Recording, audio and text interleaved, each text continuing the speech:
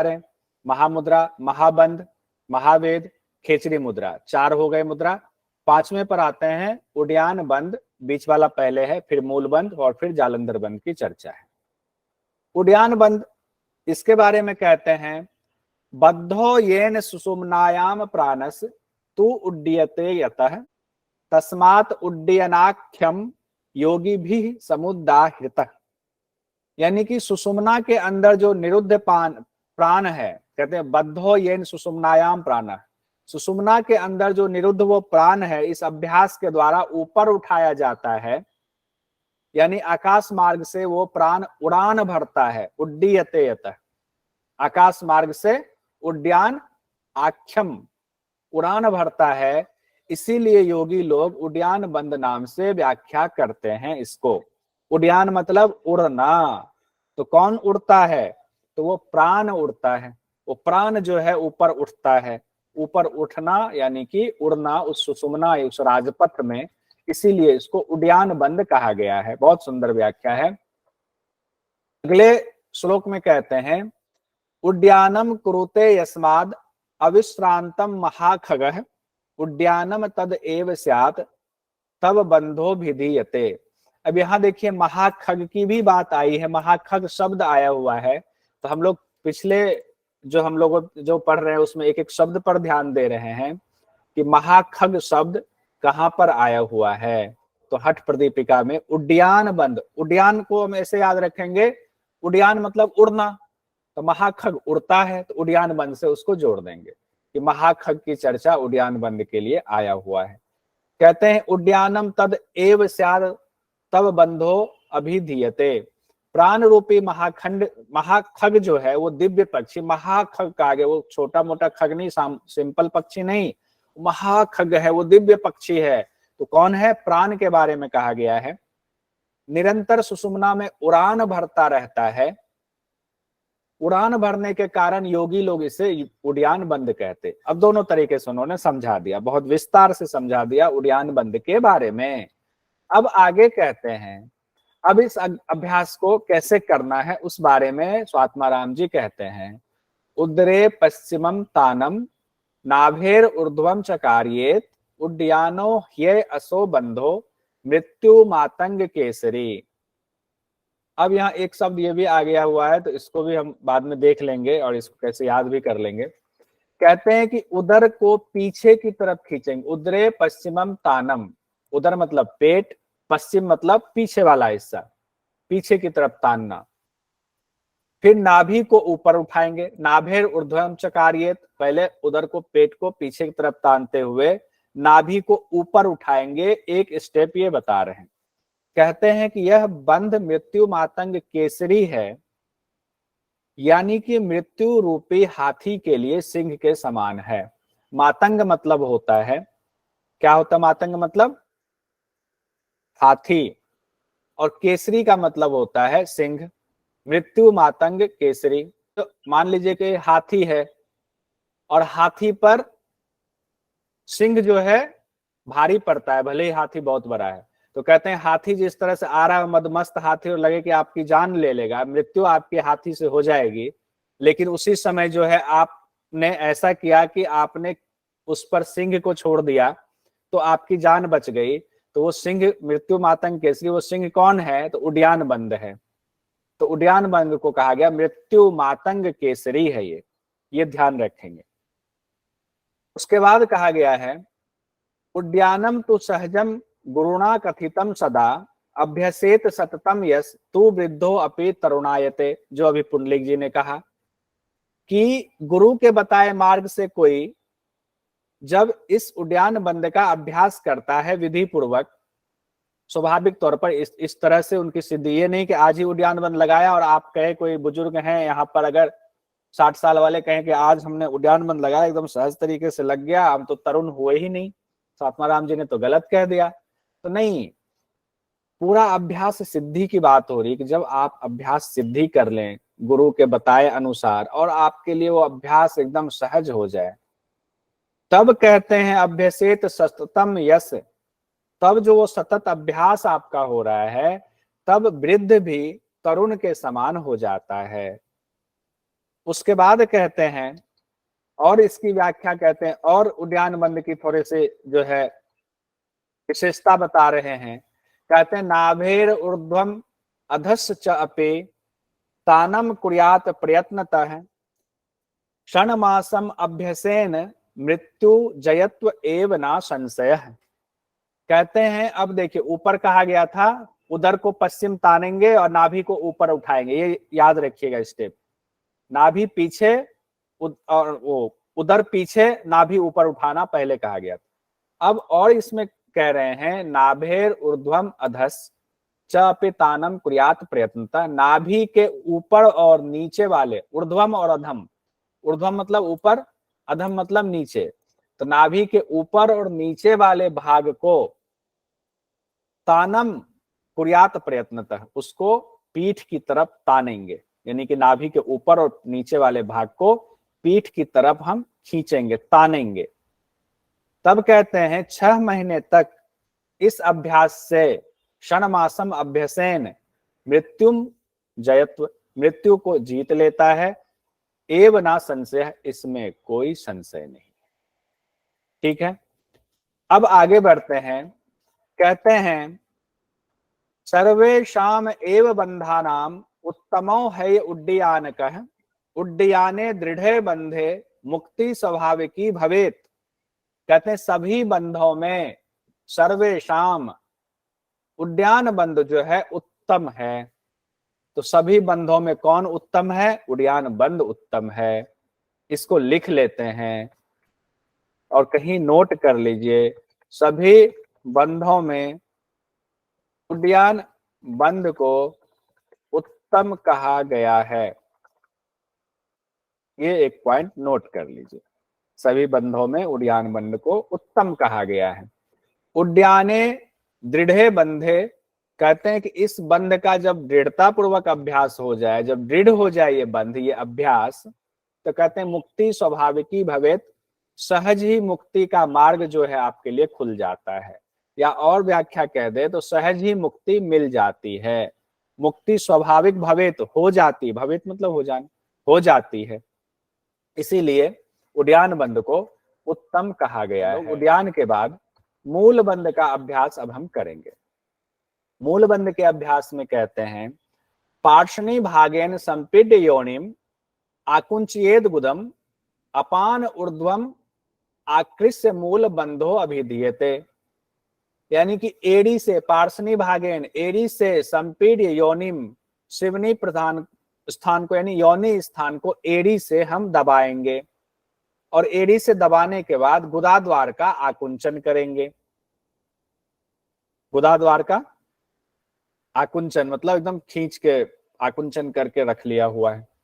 अपानम ऊर्ध्वम, फिर अपान वायु को ऊर्ध्वम आकृष्य, अपान वायु को ऊपर खींच कर रखने से मूल बंधो अभिधीयते, मूल बंध का अभ्यास होता है।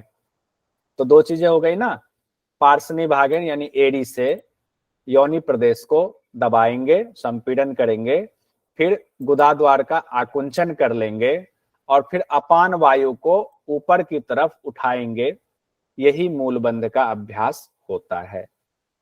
अपान वायु ऊपर उठा रहे हैं तो ये मूल बंध का अभ्यास है। उसके बाद कहते हैं मूल बंध के बारे में, और अधोगतिम अपानम वा ऊर्ध्वम कुरुते बलात् आकुंचनेन तम प्राहुर मूल बंधम ही योगिनः। अधोगतिम अपानम यानी अपान की गति जो है वो अधो ही होती है, वो नीचे होती है अपान की गति, लेकिन उसको हम इस अभ्यास के द्वारा ऊपर की तरफ, बलात् मतलब कहा गया ताकत से, तेजी से उसको ऊपर की तरफ हमें करना। स्वाभाविक तौर पर अपान की गति नीचे की तरफ होती है, उस नीचे की गति वाले अपान वायु को, अपान प्राण को गुदा का आकुंचन करके, आकुंचनेन तम प्राहुर, उसका आकुंचन करके जब बलात् बलपूर्वक ऊर्ध्वम कुरुते ऊपर उठाते हैं, उसे ही योगियों ने मूल बंध कहा है। प्राहु मतलब कहना, मूल बंधम ही योगिना, योगियों ने उसे ही मूल बंध कहा है। उसके बाद कहते हैं गुदम पार्ष्ण्या तू संपीड्य वायुम आकुंचयेद बलात् वारम वारम यथा च ऊर्ध्वम समायाति समीरण। समीरण मतलब वायु। कहते हैं एड़ी से गुदम पार्षण्या, गुदा को एड़ी से दबा करके रखेंगे और बार बार जो है आकुंचन करेंगे, इससे प्राण वायु ऊपर की ओर चली जाती है। जब बार बार हम इस अभ्यास को, जो ऊपर अभ्यास बताया, बलात् मतलब थोड़ा जबरदस्ती भी उसमें शब्द इस्तेमाल हुआ है कि बलात् ही अपान वायु ऊपर उठेगी, तो कहते हैं जब बार बार उसी अभ्यास को करेंगे, एक बार किया फिर किया फिर किया, तब कहते हैं वो प्राण वायु ऊपर की ओर चली जाती है। च ऊर्ध्वम समायति समीरणः, तब समीर जो है ऊपर की ओर जाती है। एक बार के अभ्यास से तो नहीं होगा।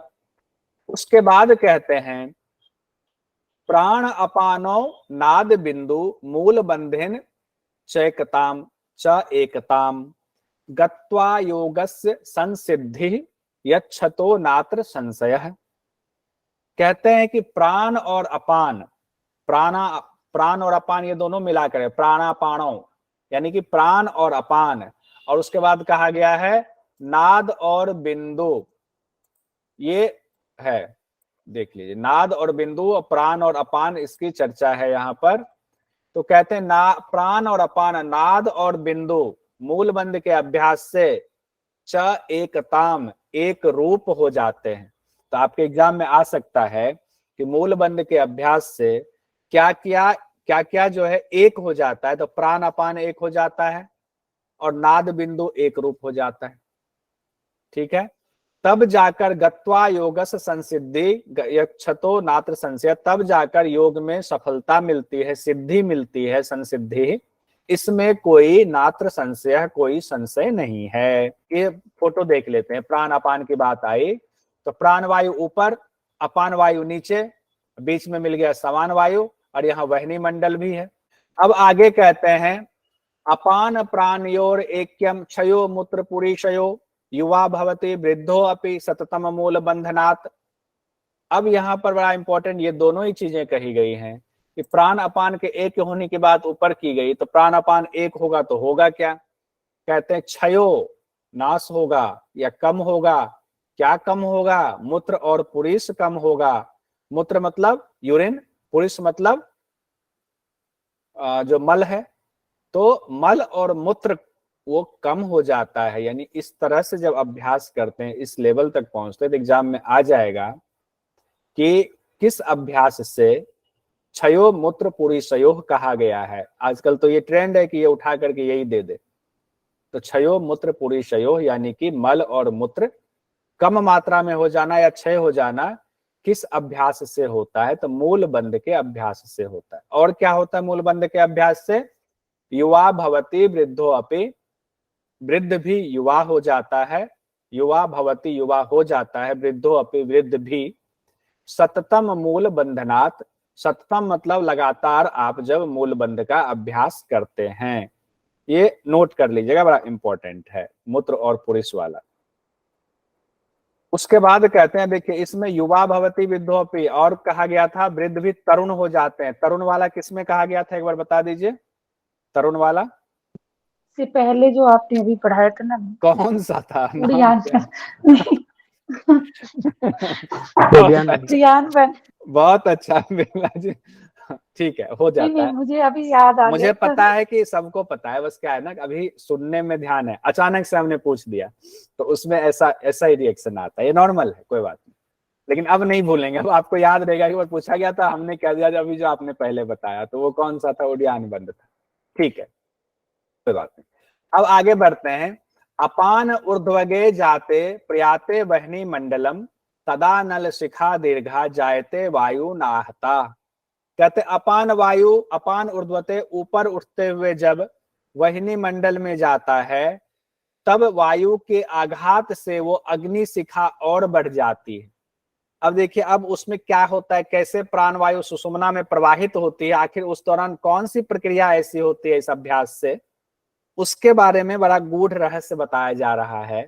कहते हैं कि अपान वायु जब ऊपर उठते हुए बहनी मंडल के पास जाती है, जब प्राण अपान को आप एक करने की बात कर रहे हैं, तब क्या होता है, वहां जो अग्नि है उसमें जैसे कि आपने हवा का झोंका दे दिया तो इस वायु के आघात से तब वो और ज्यादा प्रज्वलित हो जाती अग्नि, अग्नि और बढ़ जाती। यानी सीधा कहने का ये अर्थ है, प्राण अपान को मिलाने के दौरान आपके नाभि मंडल के पास, वहनी मंडल के पास और गर्मी उत्पन्न होती, और गर्मी और गर्मी।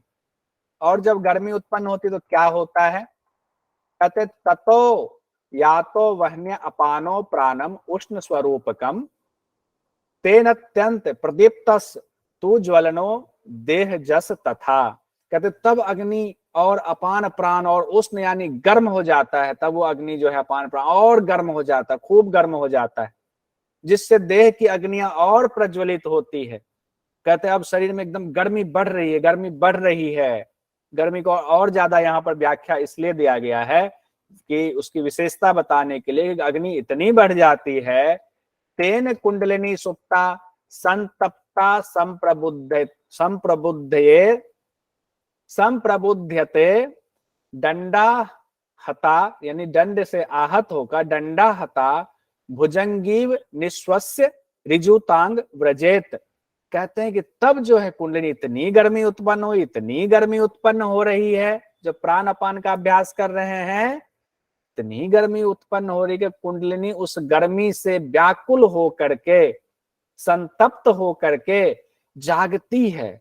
और जागने के बाद जैसे कि कोई ऐसे कुंडलिनी मार के कोई सांप सोई हुए डंडा मारिए तो अचानक से वो बिना कुछ देखे किसने मारा ये नहीं देखते, वो अचानक से जो है जैसे नींद से जागी और भागती है। और वहां अगर बिल हो तो सबसे पहले बिल में घुसेगी। तो कहते हैं तब उस गर्मी से सोई हुई, हठात सोई हुई कुंडलिनी जो व्याकुल होकर जब जाग जाती है, ठीक उसी तरह जैसे सीधी हो जाती है किसी डंडे की मार से वो सांप सीधी हो जाती है, वैसे ही वो कुंडलिनी जागती है। और तब क्या होता है, बिलम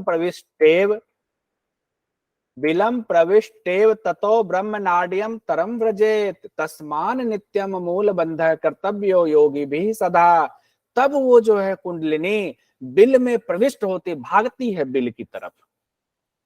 यानी कि वो कुंडलिनी, वो सांप बिल में भागती है, प्रवेश करती है, उसी तरह ये कुंडलिनी भी ब्रह्म नारी यानी सुषुम्ना में प्रविष्ट हो जाती। ऊपर कहा गया ना जैसे डंडे की मार से सांप भाग के बिल में जाएगी, वैसे ही इस गर्मी से परेशान होकर के वो जाग जाती है कुंडलिनी, और उस ब्रह्म नारी में, ब्रह्म नाड्यम तरम व्रजेत, उस ब्रह्म नारी में प्रविष्ट हो जाती है। इसीलिए तस्मान नित्यम मूल बंध है, इसीलिए योगियों का कर्तव्य योगी भी सदा, इसीलिए योगियों का ये कर्तव्य बनता है कि नित्य जो है उस मूल बंध का अभ्यास करना चाहिए। प्रतिदिन कर्तव्य पूर्वक जो गुरु ने बताया है उस हिसाब से मूल बंध का अभ्यास कीजिए। अब हम लोग जालंधर बंध पे आते हैं। हम लोगों ने उड़ियान बंध देख लिया, मूल बंध देख लिया, अब जालंधर बंध तीसरे नंबर पर बंध की श्रेणी में आया, और ऐसे ये 7वें नंबर पर मुद्रा बंध में हठ प्रदीपिका में इसका 7वां स्थान है। अब कहते हैं जालंधर बंध के बारे में, कंठम आकुंच हृदय स्थापयेच चिबुकम दृढ़म बंधो जालंधराख्यो अयं जरा मृत्यु विनाशकः। कंठ को संकुचित कर, कंठम आकुंच संकुचित कर, हृदय पर जब ठोड़ी को, हृदय स्थापित चिबुकम दृढ़म, कंठ को संकुचित करते ठोड़ी को हृदय पर दृढ़ता के साथ स्थापित कर दिया, लगा दिया, स्थापित कर दिया, तब कहते हैं जालंधर नामक यह बंध है और यह जरा मृत्यु का विनाशक है। जरा मृत्यु का पहले ही लाइन में कह दिया गया। ऊपर क्या कहा गया था, बुजुर्ग भी तरुण हो जाते हैं, उड़ियान बंद। मूल बंद में कहा बुजुर्ग भी युवा हो जाते हैं, और यहाँ तो कह रहे जरा मतलब बुढ़ापा और मृत्यु का विनाशक है। खैर, उसके बाद अगली लाइन में कहते हैं जालंधर बंद में, बंधनाति ही सिरा जालम अधोगामी नभो जलम ततो जालंधरो बंध कंठ दुखोग नाशनः। अब देखिए जालंधर बंद नाम क्यों पड़ा, ये बता रहे हैं। कहते हैं कि इसमें गले के पास सिराओं का जाल है, सिराओं का, नारियों का जाल है। सिरा जाल शब्द इस्तेमाल किया गया, अगर एग्जाम में ये शब्द ही दे दे, सिरा जालम शब्द कहा गया, बंधनाती ही सिरा जालम, तो ये हठ प्रदीपिका में है और ये गर्दन के पास कहा गया है, यानी कि जालंधर बंद के लिए इस्तेमाल किया गया। कहते हैं इस अभ्यास से क्या होता है, कंठ में जो शिराओं का जाल है वो जाल जो है बंद हो जाता है, यानी कि ये अभ्यास उस शिरा समूहों को बांध देता है। यह नीचे की ओर जाने वाले अधोगामी नभोजलम, अधोगामी जो वो अमृत जो नीचे जाने वाला है, जिसका मुख नीचे की तरफ बताया गया है और वहां से रस टपकता है तो नीचे अधोगामी जा रहा है। कहते हैं जालंधर बंद उस अमर वारुणी रस को रोक देता है। यह जालंधर बंद कंठ संबंधी दुखों का नाश करने वाला है, यानी गले के पास जो भी रोग हो, कंठ से संबंधित जो भी रोग हो, वो उसका नाश होगा, वो दूर होगा। उसके बाद कहते हैं जालंधरे कृते बंधे कंठ संकोच लक्षणे ना पीयूषम पतत्य अग्नो ना च वायु प्रकुप्यते। कहते हैं जालंधर बंद का जब आप अभ्यास करते हैं, कंठ संकोचन करते हैं, इसकी विशेषता है कि कंठ संकोचन की विशेषता वाले इस जालंधर बंद का अभ्यास करने से क्या होता है, वो जो अमृत है, वो अमर वारुणी रस है, नीचे अग्नि में नहीं गिरता है, जिसका कि स्वभाव है नीचे अग्नि में गिरना, वो नहीं गिरता है, रुक जाता है। और साथ ही साथ ना च वायु प्रकुप्यति, आपको वायु संबंधी रोग भी नहीं होता, यानी आपकी वायु भी प्रकुपित नहीं होती है। यानी कि वायु रोग का भी एक तरह से बता दिया गया है कि जालंधर बंद से वायु रोग नहीं होता है, वात संबंधी दोष नहीं होता है। उसके बाद कहते हैं कंठ संकोचने नैव द्वे नाड़ियो स्तंभयेद दृढ़म मध्य चक्रम इदम ज्ञेयम षोडश आधार बंधनम। बड़ा इंपॉर्टेंट है, ध्यान रखिए। षोडश आधार का बंधन किस मुद्रा के अभ्यास से होता है, तो जालंधर बंद के अभ्यास से षोडश आधार का बंधन होता है। कहते हैं कंठ संकोचन के द्वारा ही दोनों नाड़ियों यानी इरा और पिंगला को दृढ़ता पूर्वक रोके। जब हमने ये रोक दिया तो श्वास जो हमने लिया, इरा और पिंगला जो यहाँ चल रही है, अभी हमने यहाँ रोक दिया। कहते हैं कि कंठ संकोचन के द्वारा दोनों द्वे नाड़ियों को, इरा पिंगला को दृढ़ता पूर्वक रोक दे। स्तंभेद दृढ़म मध्य चक्रम इदम ज्ञेयम, यह मध्य चक्र कहलाता है। अब यहाँ कह दिया गया इदम मध्य चक्रम, मध्य चक्र मतलब सुषुम्ना की बात यहाँ पर आ गई है। यह ज्ञान जो है, तब जो है सुषुम्ना का ज्ञान इसको कहा गया होता है।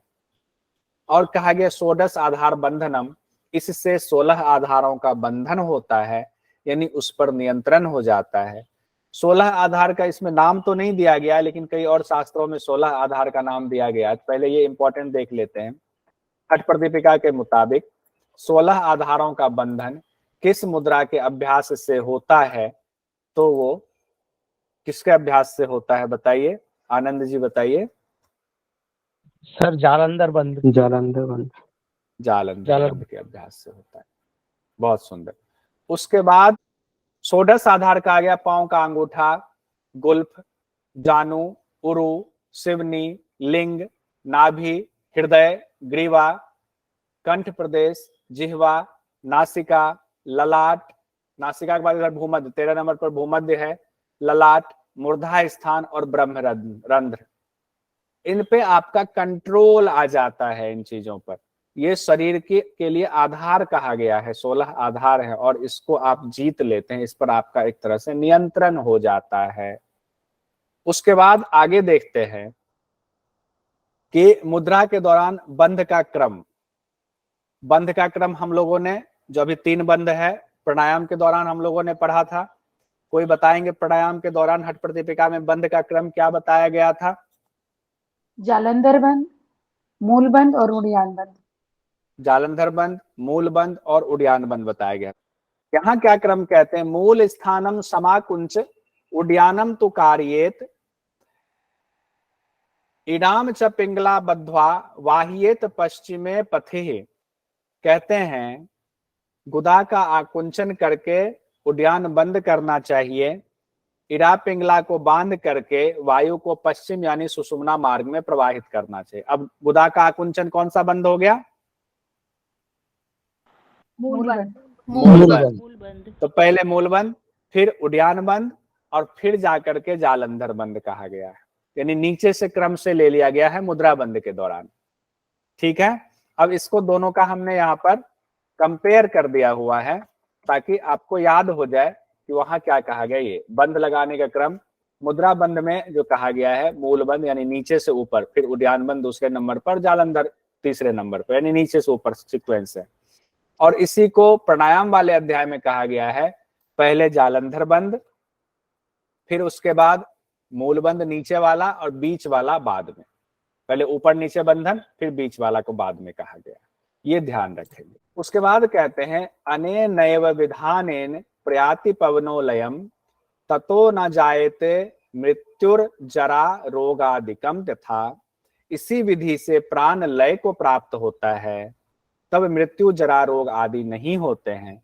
प्राण लय को प्राप्त होता है मतलब जो बताया गया, ये जो विधि बताई गई है कि तीनों बंद लगाया, सब मुद्रा का अभ्यास करते हुए आ रहे हैं, तीनों बंद से कहा कि प्राण जो है वो सुषुम्ना में जा रहा है, तो प्राण सुषुम्ना में जा रहा है मतलब उसका लय हो रहा है, तब मृत्यु जरा और रोग, मृत्यु नहीं होगी, बुढ़ापा नहीं आएगी, कोई रोग नहीं होगा। और ये इससे संबंधित अंतिम श्लोक है, तीनों बंध से संबंधित। बंध त्रयम इदम श्रेष्ठम महासिद्धैश्च सेवितम सर्वेषाम हठ तंत्राणाम साधनम योगिनो विदुः। सभी हठ तंत्र के साधन के रूप में महासिद्धों के द्वारा सेवित इस बंध त्रय को श्रेष्ठ बताया गया।